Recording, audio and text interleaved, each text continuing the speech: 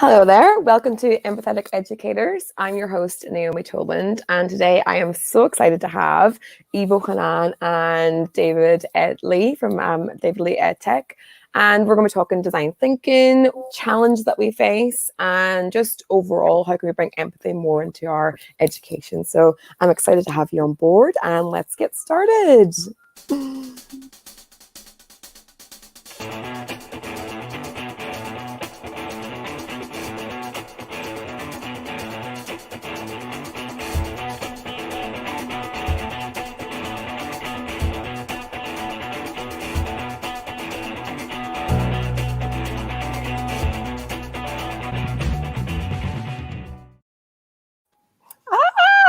I'm so excited that all came through, that video. It's the first time I put it on screen, and I am so excited to have everyone involved with that show. So the very start of it is, as you can see, it's got the 6 themes holding empathetic educators together. And at the very end, in our outro, it has all the people who's been supporting, many of the people who've been supporting the show so far. So that brings us to starting on today. Our guests today are going to be talking about challenge and accountability. And in the show earlier on this week, I did reference our new Empathetic Educators Tree of Life. And this kind of shows where we've come to, where we're trying to get to this year as well. So we've got our seeds at the very bottom. We've got neuroscience, empathy, relationships, design, and psychology. And today we're kind of talking about design thinking. So that's kind of in the seed of design. And then we have our little foundation. So we're looking at the power is within your grasp. So it's within your growth, your relationships, your accountability, your systems, your challenges, and your perspectives. And today, like I said, we're looking at the idea of accountability and challenge. So without further ado, I am really excited to bring on our 2 guests today. So let's get us on. Hello. Hey. Hello, everyone. Hi. Thank you for coming on, David and Evo. Maybe just give yourself a little bit of an introduction. We'll start with David. How are you? I'm doing well. Thank you for having me. My name is David Lee. I am originally from California, Southern California, and I'm currently an educator in Singapore, American School in Singapore. Fantastic. And we have, actually, just go back. David, you're my mentor. I'm really, really grateful for actually you being part of it. I'm Google Innovator, but you've been my mentor the whole way through. And when I've had all these crazy ideas, you're like, come on, tell me about it, but bring it back. How are we going to funnel this? And the Empathetic Educators Tree of Life wouldn't have happened with all those conversations. So I just want to say thank you for that, because yeah, it's been really great to have you supporting. No problem. And we also have another great soundboard of mine, Evo Hannan. Let's, how would you like to introduce yourself? Hey guys, so thank you, Naomi. Good to have you on board as well, David. My name's Evo. I'm from the UK. I've been teaching design and promoting innovation for 20 years. Currently teach in Dubai in the UAE, and absolutely love all this taking risks, pushing boundaries, being creative, and what Naomi is trying out here. So well done, Naomi, to you. Big shout out. Thank you so much. So yeah, like I said, you guys have been really great in our in my process, but also it's been really cool to see you guys working on your process as well and inspiring others for creativity and challenging ourselves as well. So today we're going to be looking at, I'm just going to put up a little clip of our focus for this season. And like you can see, we have Evo and David on this this episode, and hopefully, all things going well, we should have Sharifa and Toria coming up in 2 weeks' time. And as we're going through the show, we're actually going to be reflecting on our Richard Gerver session that I recorded this time last year. And now it's really weird because some of the clips we're going to be sharing today, they were recorded before COVID, before all this happened, before everything. And the fact that they all relate so much is because I really love this book, Change, and is what Richard Gerver refers to. And it's a book by Richard Gerver. And it's all about how we can manage change, how we can manage change in education, how we can manage change in our own lives. And yeah, so the videos we're going to be watching today are kind of referring to that. So I'll put on the first video, and then we'll hear from our reflection from it. But it'd be really cool. We also have Keisha on board, our fantastic Keisha, because people are writing on the comments on Twitter, on YouTube, and on Facebook, so you can join in live. Woohoo! Here we go. Thank you, Keisha. It's always great to have her support. And I just love the fact that she's based in Hawaii. And we got Singapore and Dubai and Tokyo. So it's just cool to have everyone involved from all of the world. So if you have some takeaways yourself, like it says, you can comment on Twitter, #empathetic_educators, or it'd be great to have you on board in the comments too, so we can add those into our conversation. So let's, without further ado, get our video on, our first video, and then we'll kind of what takeaways we have. Let's go. I think what you've hit is really important. And again, it's partly a failure of the system and our societal model, which is the ridiculous belief that education, depending on what stage you get to or where which route you choose, right?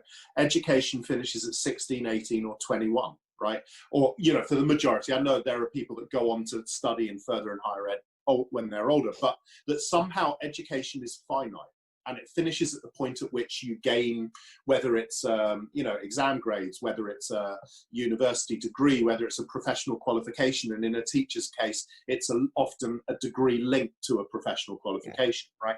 That actually, this model that we've been sold, that education stops then and life begins, work begins, a different track, is probably one of the greatest things we have to challenge, and became even more into focus during the financial crisis of 2007, 2008, the global crisis, when that was the moment, it was a catalyst for something that was happening anyway, which was to amplify the fact that the world has never stood still, but it's never moved as fast as it is now, and it's accelerating exponentially, right?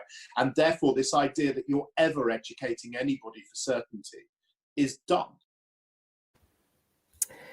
I just can't believe that I recorded that. So he said it all came about whenever looking back in the global crisis in 2007, 2008, because it was before COVID and obviously before all that happened last year.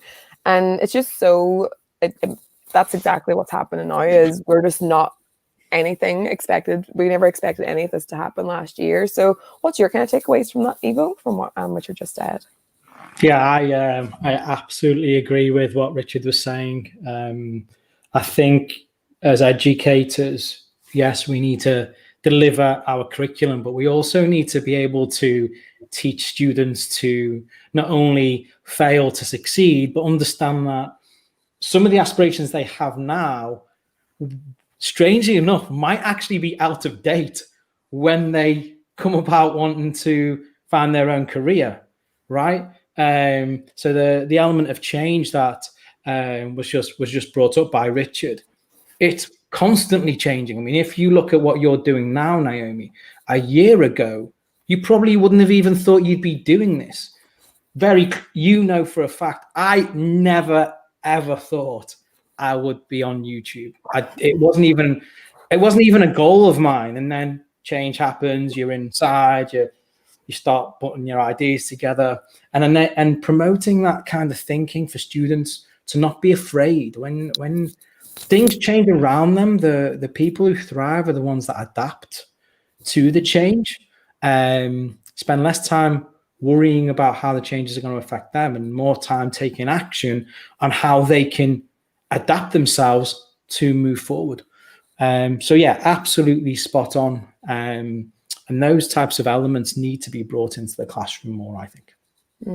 No, it's so true. And I think for me, like you say, I never would have thought any of this would have been happening, but I think I wrote a blog post about this week, and it was all about like passive acceptance versus active acceptance. And I was saying that I've just been feeling a bit helpless, like at the very start, like throughout the past year, there's been a lot of helplessness, and you don't know who you're turning to, you don't know where you're going to. But whenever I kind of take action in my own little bubble, that helplessness goes way down, and I feel a lot healthier in myself whenever I'm actually taking action with what I can control.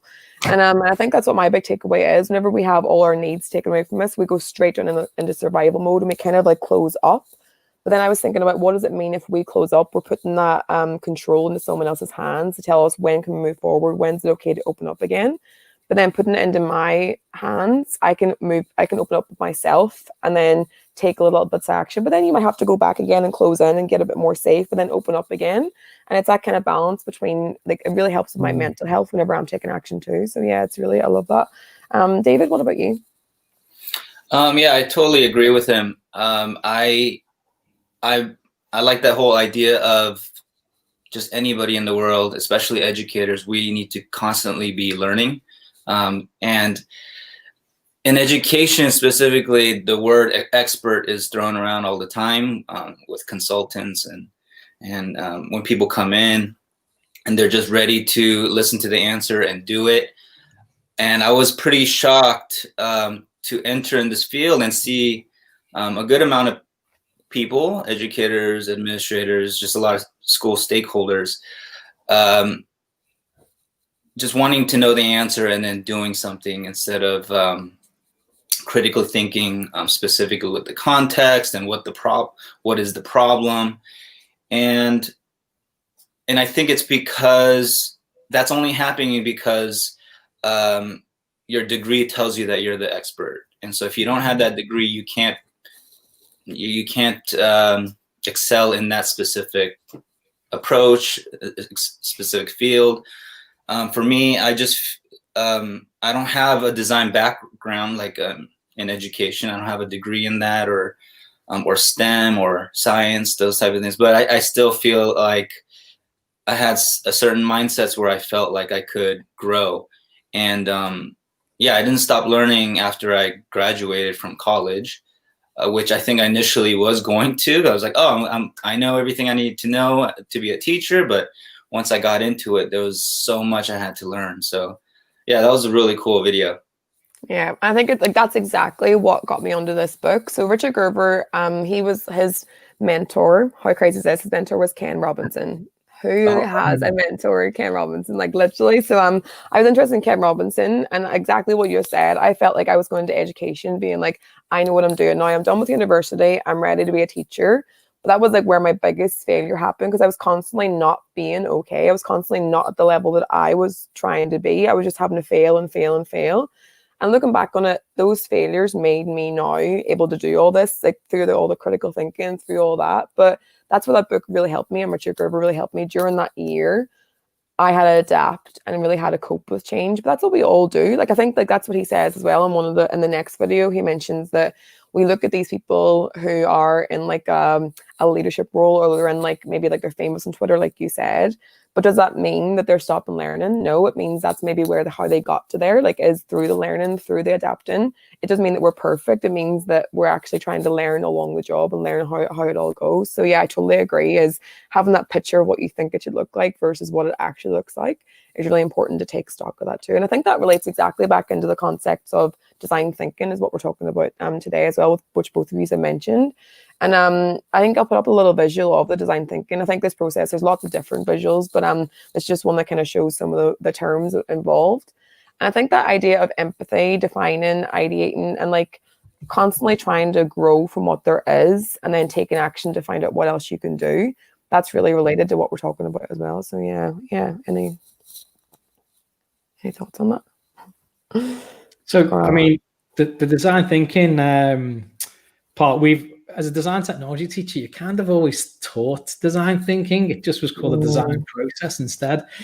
So IDEO really did us a favor when they brought it about and made it mainstream and made it a business term. And then all of a sudden, some schools, obviously all schools, but some schools started to put a greater emphasis on it. And then you get people like David Lee who really emphasize on it and start to put it into a book. So yeah, there you go. It must be important, David. Yeah, for me, when I first heard about it, I knew about the design process, engineering process, but when they talked about empathy, that was initially, it was hard for me to comprehend. I understood that you're making things you're designing, you're improving experiences for people. I knew that, but it was different because of the activeness of trying to do the empathy work. And yeah, in design technology, that's like an everyday thing. But if you apply that to education, where your school is trying to do a really cool initiative, you can do the design process, but if you don't really empathize with your teachers on where they're at, what the students need, what the parents need to know, those type of things. If you don't empathize with these different stakeholders, I don't think your implementation will be effective. So that empathy part really blew me away, because it wasn't only about, products, which kind of, that's how it started, but how IDEO kind of branched off into just improving experiences, improving education system, voting systems, that kind of thing. So yeah. And I think it's crazy that you just mentioned like design hasn't been your background, engineering wasn't your background, but then now it's like something you really focus on. And I think that shows how much we can grow from, as long as you're open to learning, you can literally go anywhere. I think that's what I'm really finding. Like you said, I've never thought I'd be on YouTube doing all this, but I created some of these visuals today. Like there's so many opportunities that it's just so easily accessible if you look for it. But I think it's knowing where to look and being open to actually looking for it, and also having the capacity to look for it. Because I think obviously we know that like, a lot of things happened this year that people might have to go back in, like I was saying, back into their little cocoon of safety. But then like just open up a little bit and then going back in again, open up, learning a little bit and then going back in again. Doesn't mean you have to take it all in as one chunk. Like this at the minute took me, this is like a 4 year in the making, like me putting all these visuals, like people are like, whoa, like where did you do this, where'd you do that? Some of the visuals I've made are like 4 years ago, and it's been like scaffolded and scaffolded and scaffolded to get to be like this output. And I'll look back I'll look back next year, I'm sure, and be like, whoa, I can't believe that's what it was like last year, and this is where I'm at to now. So that journey is really important, taking little steps and little steps and little steps towards that end goal. So yeah, really like great takeaways, guys. Thank you. And we have Keisha putting on, crisis creates opportunity for innovation and also reveals basics. COVID showed the need for essential jobs and how far we push ourselves when old roads are closed and new routes need to be discovered. I love that little summary of what we're actually talking about as well. And so that literally like leads into like we'll watch the next video after this segment. But the reason why I really think accountability and challenge is really important, because like I said, whenever I first was at teaching, I was expecting to be a certain place. But through all the challenges that I've done and all the challenges that I've overcame, that's made me where I am and a lot stronger of a person since then. And I think that's what I love is, I know some of you, well, you two definitely know that I had a MMA fight last year. And so what I would like to do, we have McGregor fighting tomorrow, and we got Dan Hooker fighting tomorrow, so I'm excited about that. Woohoo! That's another conversation for another time. But yeah, so I think I just want to bring up my little visual of my Winter Warrior experience, because I'm going to be every week. This is my experience this week, but every week I've got my Winter Warrior team. Look at the little family. Look how amazing they are.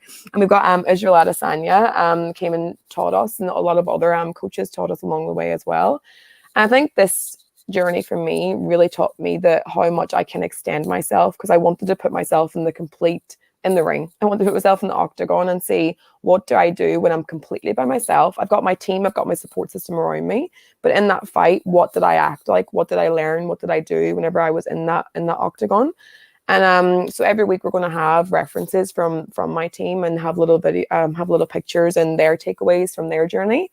But we'll just pause for a little minute and think about how can challenges we face help us grow? Because this journey for me, I never ever, like you said, I wouldn't have thought 2 years ago I'd be getting an octagon in December of 2019. So like there's this, how can we put ourselves into those challenges, into the octagon, into the ring? And it doesn't mean you have to go and have a fight, but those little steps, those little challenges along the way take you to places you didn't even know could exist. Have you had any challenges like in your space, in your lives, that you think have helped you grow and help you move forward? David, do you want to go first, buddy? Yeah. I would say for me, I wouldn't say I'm naturally the most confident person. I think challenges for me had to be low stakes. And so my first challenge was to be a teacher. I wasn't confident in that when I first started. But I was asked to be a computer teacher, which I don't personally like technology. At the time, I didn't know much about any tech really. So that was my challenge. But at the same, I started as an intern, not a lot of expectations for me because I was a new teacher. They thought I knew tech, but like no one didn't really expect a lot from me. So my challenge, and that was great. And so for the next couple of years, I started to develop a curriculum for computers and teaching students these skills. I gained a little bit of confidence. And so when I was asked to run a whole program for the elementary school, having everyone do project-based learning, the next year, I already had the mini challenges and I was a bit successful. And so I was starting to grow some confidence in myself and was then able to try to do this program. It's very much like what you did with your MMA. People will see the fight and be like, how did she, I know her, how did she do that? They don't know the bruises. They don't know the crying, the sweat and tears, and the mental development that the coaches had you go through, like all of those things to get you there. So especially for people who are not confident in general, I think it's extremely valuable to create challenges where it will help them to gain confidence, but it's low stakes. Just have them see that they're capable of. And that's kind of what I try to do with the experiences I design in my school. Every year have a big project, but the kids get confidence in like, oh, I was able to do this challenge, or I was close to getting this done. And so that's, that gradual growth mindset happening.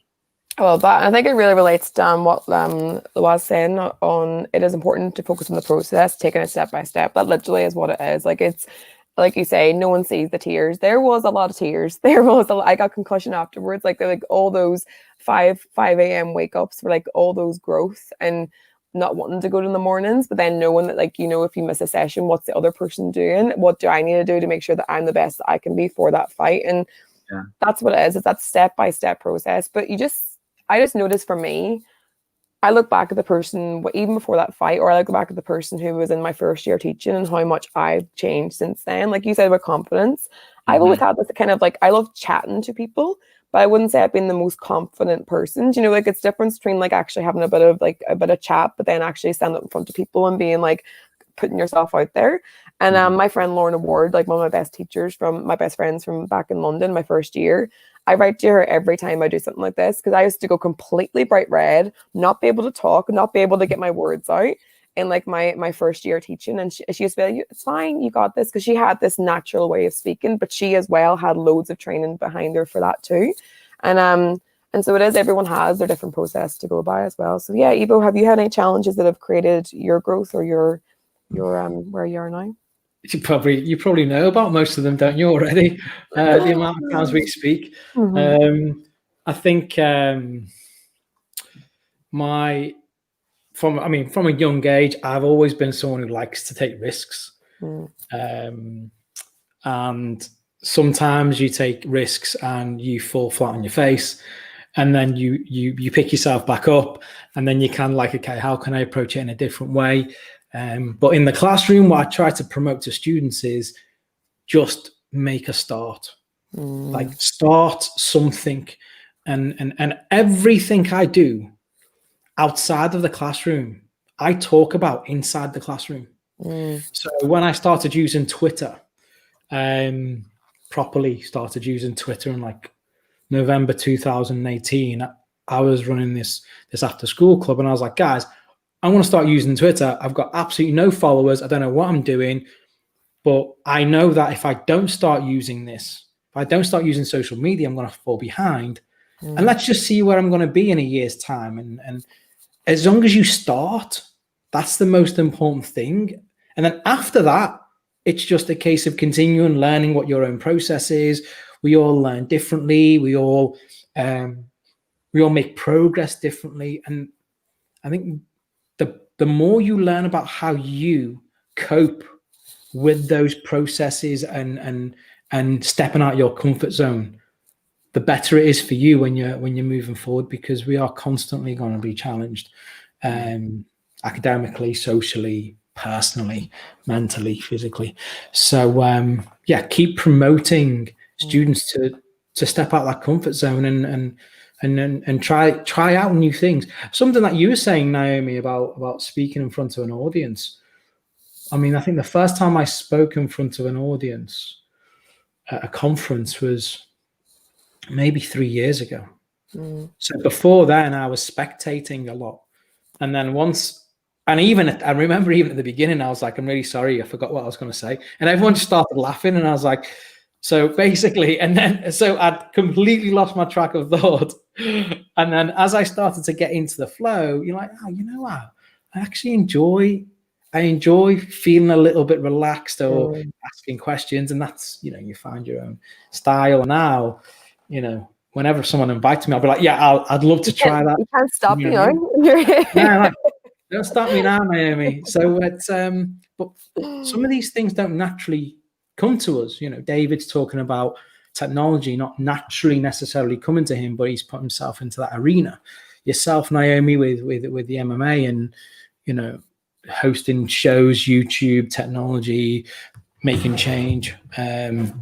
So allowing yourself to try something new and accepting that whatever happens, it's okay, because just trying it is a level of progress that you should be, you should be happy with. I think that's what I really got away from what you were doing, because this is obviously live, and live anything can happen. And I think whenever I was taking part in yours as a spectator, being part of the crowd, when you seeing you kind of casually be okay, it's crashing, but we'll be fine. We're just crashing here, and it's okay. Seeing you kind of process that, and I was oh well, what's the worst that could happen? And I think that's what I kind of go by now, is what's the worst is going to happen right now about this. We'll be fine. We'll get ourselves back up again, and then we'll see what happens next. I think that's a really great, just starting. I really like that little small, that's such a powerful thing. Is I think you can get you can be your own worst nightmare. You can be your own worst barrier. You can be your own worst, worst, taking over that first hurdle is the biggest step that you can take for yourself. So yeah, thank you for that. That's a really great takeaway. We also have Georgina. Georgina Dean. Hi, Georgina from Jordan. So we got Hawaii, Jordan, all different places. Love it. I just love how connected we can be. Oh, I'm so buzzing. So I'm going to put on the next video. I think it's more for me. Mine's not even theirs anymore. I just have to be Naomi, take a chill pill. I know you're excited. Just chill out. And I'm okay, I can do this. So now it's fun to actually. It's because my principal actually said to me one time, I used to cry after every single observation, nearly pass out from tears. I was so scared of actually what I was doing. And he said to me one time, he was soon in the future, you will be able to actually get excited about observations, because you're going to show what you can do versus waiting for me to tell you what you can do. And I think that's what I love now, is actually getting that confidence in myself to feel oh, I'm trying to learn this now, rather than trying to get appreciation or validation from someone else. It's actually saying this is what I can show you, this is what I can do. Now what I can do after that. So I really like that takeaway. I really him saying that to me. You'll get that in the future, where you will want to show people what you can do. And that's a really great part of the journey as well. So yeah, so let's go on to our next video from Richard Gerver, and we'll see what our next little bit of takeaways are. All they glean about cultures are what they read in highly curated forms, right?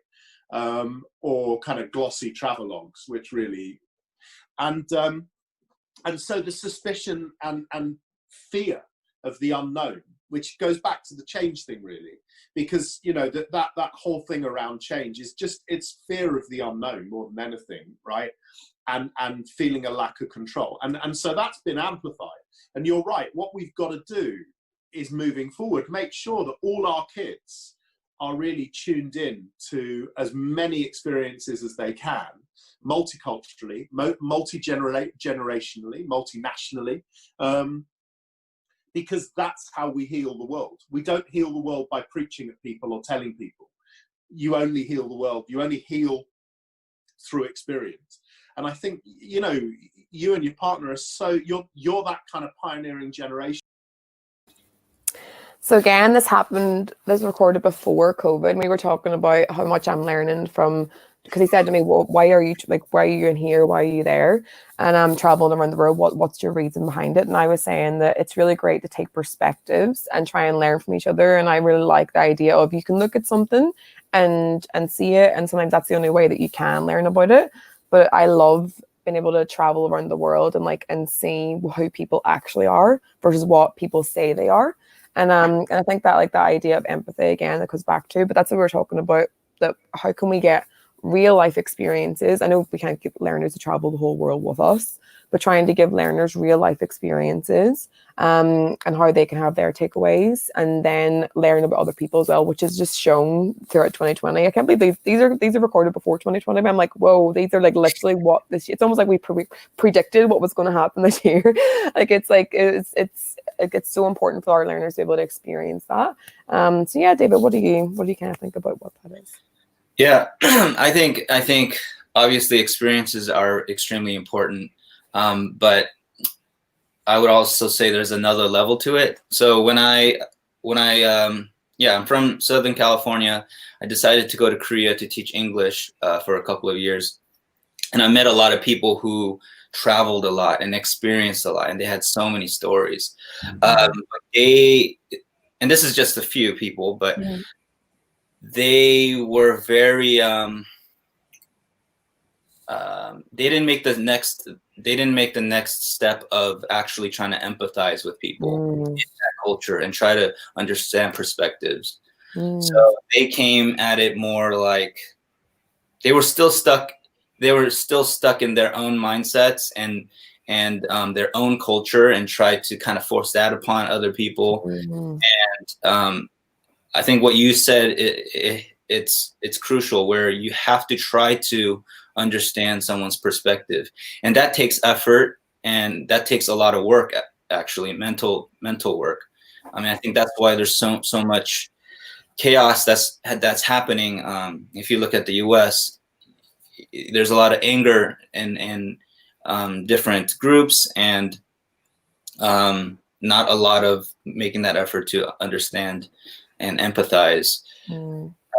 So yeah, I mean, experiencing things, going to different countries is great, but you have to go in there with the perspective of, okay, this is their culture. I'm going to learn from them. I'm going to learn why they do this. I do it this way, and I think, and that's okay that we do things differently or we think differently. Yeah, so there's two levels, I think.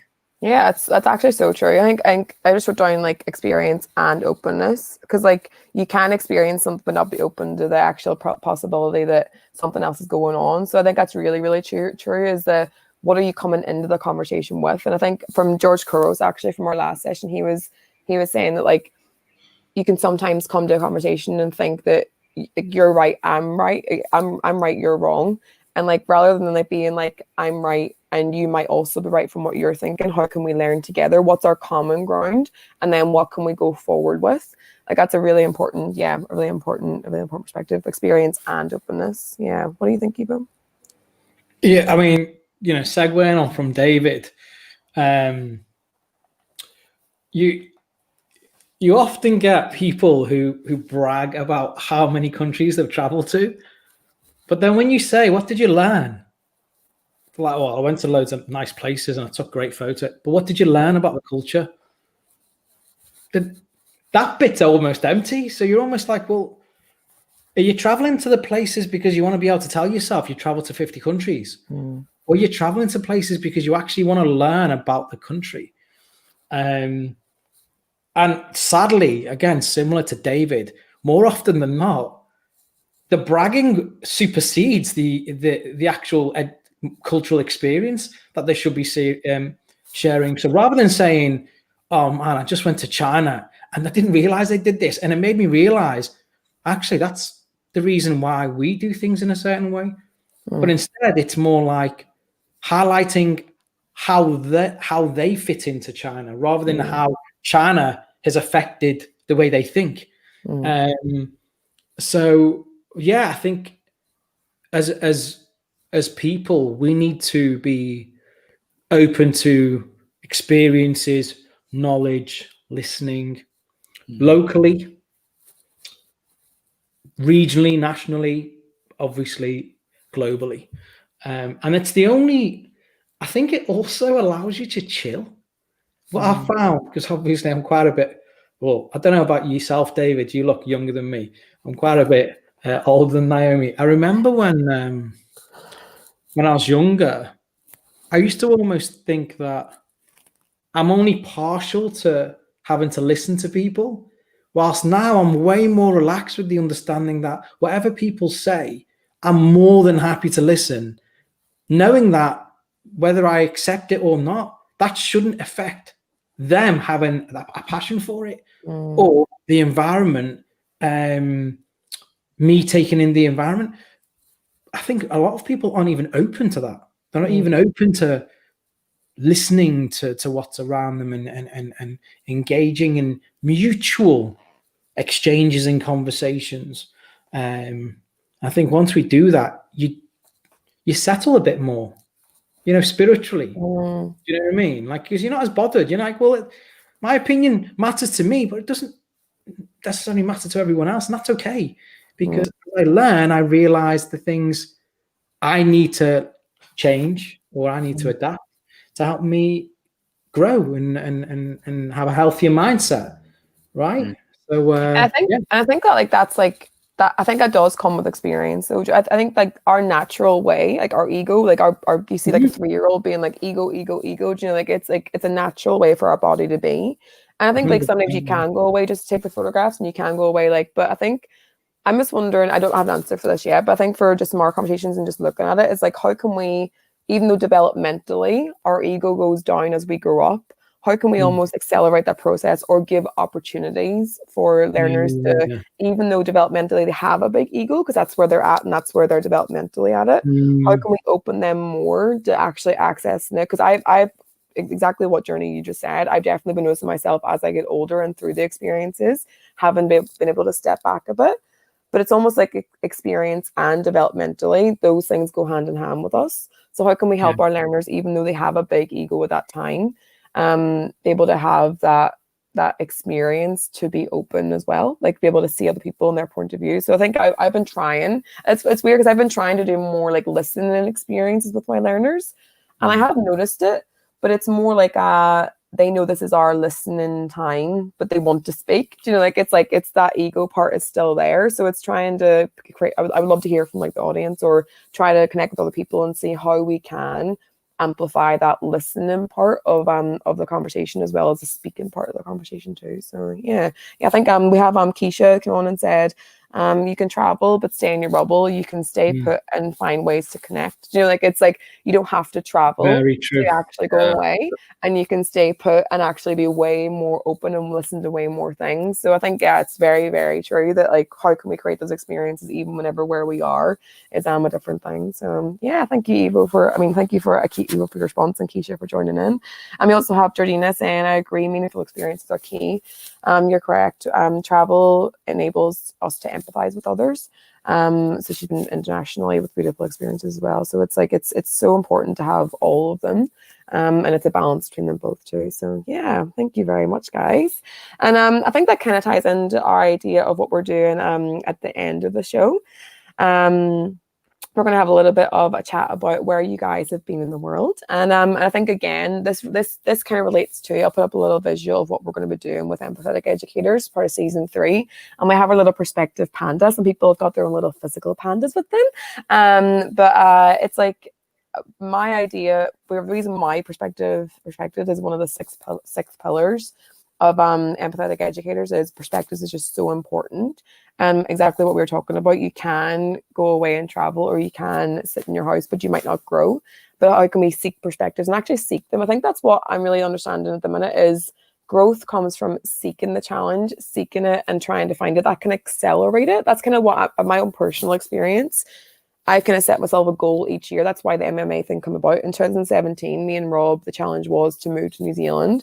2018, it was to do Google Innovator and kind of work towards that and trying to understand it. 2019 was the challenge of our fight. And then 2020 was meant to be our challenge, was meant to be moved to Japan. But then COVID was kind of one of the big challenges that we all faced. But I think like seeking that challenge, accelerates the growth as well. And I think if the more that you can appreciate what that does for you, that's what's helping me to kind of grow as well. So yeah, so I think we're going to come and talk about what you've learned from being around the world, or just some fun facts. It doesn't have to be like a serious fact. It can be like what you've learned from where you were in the world as well. So so we've got David up first. We'll put a little visual. I think this photograph is so cute. So David, and this is you. You can let us know. It says California. What is a fun fact about your part of the world, so your world? So yeah, what's this photograph about? And tell us a bit about it. Yeah, so my dad would visit every summer, and this is the place that he would take us, Redondo Beach. And this is all I knew. We never went to any other beach. It wasn't a great beach. The water wasn't that clean, but that was my favorite beach, and I have a lot of fond memories. One interesting fact is that the California waters, it's not that warm. It's pretty cold. So I just remember constantly having a runny nose and just shivering all the time, but and having a lot of fun. But I think a lot of people around the world might not know. Like if you watch the movies, it looks like it's warm water. It's extremely cold. The whole way through the year, it's cold. I mean, you would think it's like warmer, I guess. But yeah, cute. I don't know the temperatures, but so I think I guess I chose that picture because that was my foundation, and my schooling. I do remember having a diverse class, and I remember in elementary school having a lot of teachers who celebrated everyone's culture. I don't know what that was. Maybe there was a huge initiative in the state to do that, but we celebrated everyone's culture, and we thought it was so cool to have these differences. And then later on, I think I don't know, I didn't have those same experiences, but I do remember that. And I think because of those conversations, I think that was the seed where now I feel like that helped me to initially just think about other people's perspectives and see why they do it like this, and then what is the value that they care about, so yeah, I think that's why I chose that picture. Yeah, it's so cute. And I think that goes back to what Eva was saying earlier, is like if it is experiences you're seeking, travel in the world, what do you gain from what do you gain from like experiencing it, but also why do they do what they do? Because people do what they do because that's the reason why they do it. So what is going on for them? And yeah, I think that's what I would really like to do. Whenever I was back in London, we did loads of different experiences for the different cultures, and I think it's so important to try and bring that in and them to value it. And I think that's something like you mentioned that I would like to bring that more into my practice as well. So yeah, thank you for your photograph. And we also have so that was California, and we're going across the globe because we can't travel at the minute, which is very sad. We're talking about traveling, but it's probably making people be like, why are you talking about travel when we can't even do that, Naomi? But that's the whole point of this experience as well, is to like kind of like maybe learn about the different cultures without even leaving our own space as well. So Evo, what are you going to share with us today? It's from Dubai. What is your fun fact about your world?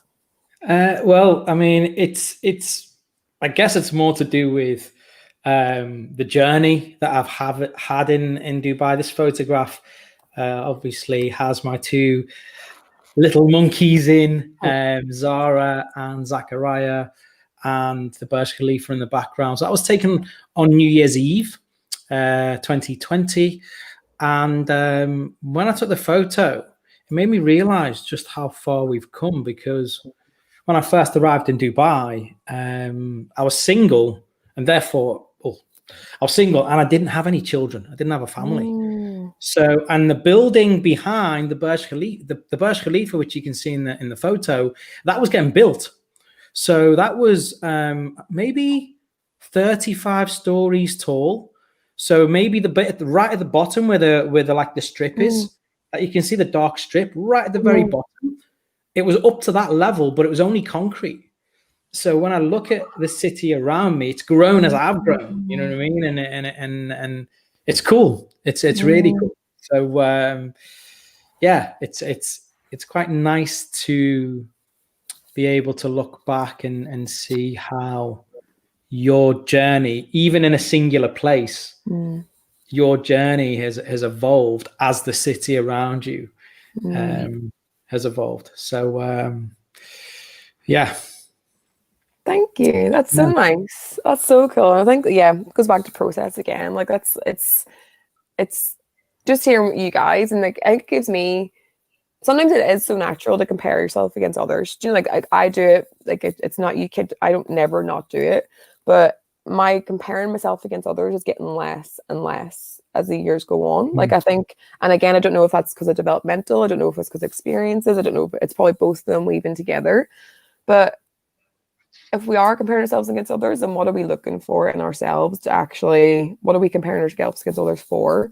And I think my journey watching you guys and watching other people around me take risks, and it's making me feel more comfortable to take the risks myself. And I'm hoping that other people can see this and see people and being vulnerable and sharing that it's not actually all sunshine and roses all the time. It's going into those depths, going into the trenches is the important part of the growth, and going in and out and out and out. Because sometimes I feel like if like it's going really well, I'm like, why? What's going to happen? I'm waiting. Like I'm like, something's going to happen, and then I'm ready for it to go back down again and back up again.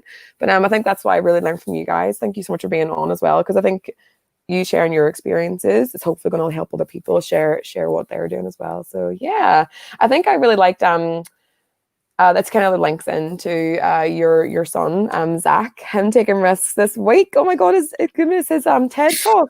That's so cool. Yeah, but again, it's been a process for him. You know, it was I mean, it's oddly started when he was 5, and he's like, what happens if I type your name into YouTube, Daddy? And I was like, I don't know. So he types my name into YouTube on the TV, and my TED talk came up, and he's like, oh, Daddy, you're famous. And he clicks on it and he watches it. And I was like, I'm not famous. It's just a video. And he's like, I want a video like this on YouTube. And I was like, you know what? At some point in the future, I'm sure you'll get an opportunity to do this. Wow. And like 2 years later, he's done it. And his views have like hit through the roof. Like my wife was like, he's just smashed your views. I was like, I know. I know. I was like, so, you know, now it's his ambition now is to justify a YouTube channel. So in our household, it's not, we don't want our kids to just go and do what they want. We want things to be done in a way where at least it's going to represent them best. So he's like, Daddy, you know, I'd like to do a YouTube channel. I'm like, right, well, we need to just be a bit aware. We should be a bit more careful about how we approach this, because once it's on YouTube and people see things, you might be 7, you might be 8, you might be 10, but it's still you. It's still your voice, and you want to represent yourself best. And that TED talk represents him very well, which is good. So I'm having to actually slow him down a bit now, because I'm like, well, it's same as you. You can't stop you now, and I'm pretty sure I'm pretty sure he's probably a bit like you as well in that space. Once he's got a bit of taste for it, he's like, oh, want to go forward. It's cool. No, it's so good. But I kind of think about what I would like to ask you guys. This is a little fun takeaway is about the superheroes. Anyone, I'll put the link into if anyone wants to go and see. Zach doing his. It's all about what do superheroes wear. What was the title of it again? Everyday superheroes. Yeah. So anybody can be a superhero for anyone else. And it was such a cute message. But I was just thinking about what if you were going to be a superhero. Who would you be, or what power would you have? So it's kind of related back to your question you asked, George. But yeah, so who would you be, or what power would you have? Yeah, Eva, what do you think? It would definitely be that power to heal people. I think there's a lot of people in the world, both, you know, in developing and you know, developed countries, who are struggling mentally, physically, spiritually. So having the ability to engage with someone and make them feel so much better about the situation, I mean, that'd be quite cool. That's very nice of you. That's very selfless. I don't know if I I would that'd be a nice one to have. I don't know if I would like to do flying if I was going to have it. I would definitely want to be one of my flying techniques, but that's a really nice kind one for you to choose, Evo. What about you, David? I would say, because I'm in the tech field, Green Lantern. He has a Green Lantern ring. That's the most advanced technology, and pretty much it's limitless. If you could use your creativity and your will to create any construct. So I thought that's kind of like what technology represents. You can do whatever you want with your creativity and your will. So yeah. Cool. Yeah, I'd probably be Doctor Strange. That's who I would like to be. I would like to be Doctor Strange. That's so you have Green Lantern, Doctor Strange. Do you have any thing who you would like to be, Evo? Who would I like to be? I'm kind of like, in my mindset, I always try and get in the workshop and start acting out scenes from Iron Man. Yeah. You know, he's tinkering with things. So I'd be like, Iron Man of any of them is the one that I probably connect with most, just because he likes to tinker with stuff and invent stuff, you know. Yeah. Cool. So yeah, that's kind of the end of our session. We've got Iron Man, Doctor Strange, and Green Lantern coming from you, from Empathetic Educators. But yeah, so we'd love to hear from what your takeaways are from the session as well. If you're listening, who would you be? What superhero would you be, and what power would you have? So before we finish up, I'm just going to go back to the visual I shared at the very, very start of our session. So this shows that we do have Empathetic Educators is starting back with our chat tomorrow. So we're going to be using our book that we're referring to today by Richard Gerver. So for some takeaways as we go along. So you can join us tomorrow, 9 a.m. UK time, 6 p.m. Tokyo time. Hopefully to see you guys there. We've had a lot of takeaways from that as the past year is going on. So I'm really excited to get some more perspectives from across the world for design thinking. And we also have Lauren Kaufman coming on. We're having a live session with Richard Gerver on the 20/21st of February, depending on where you are in the world. And again, like there was with our George Curro session, we have 6 places up for grabs.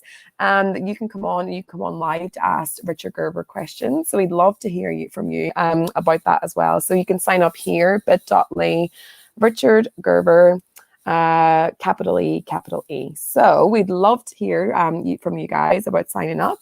And I'm really excited, like I said, in 2 weeks' time, hopefully it comes out live. So hopefully we can get Sharifa and Toria coming on talking about some more of our sessions. And remember, if you would like to subscribe and hear more about all the wonderful things that we're doing along the way, you can subscribe on YouTube or on Spotify and hear all about our sessions. But we also have an app that I'm going to be working on over the sessions where you can see it all in one place. So bit.ly /educators app. You can find our app and download it to your phone.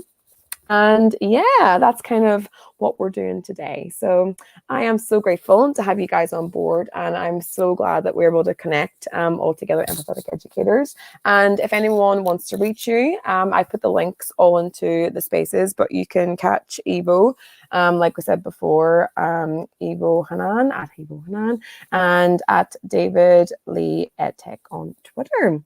So thank you very much, guys, for being on board, and I will be chatting to you guys soon.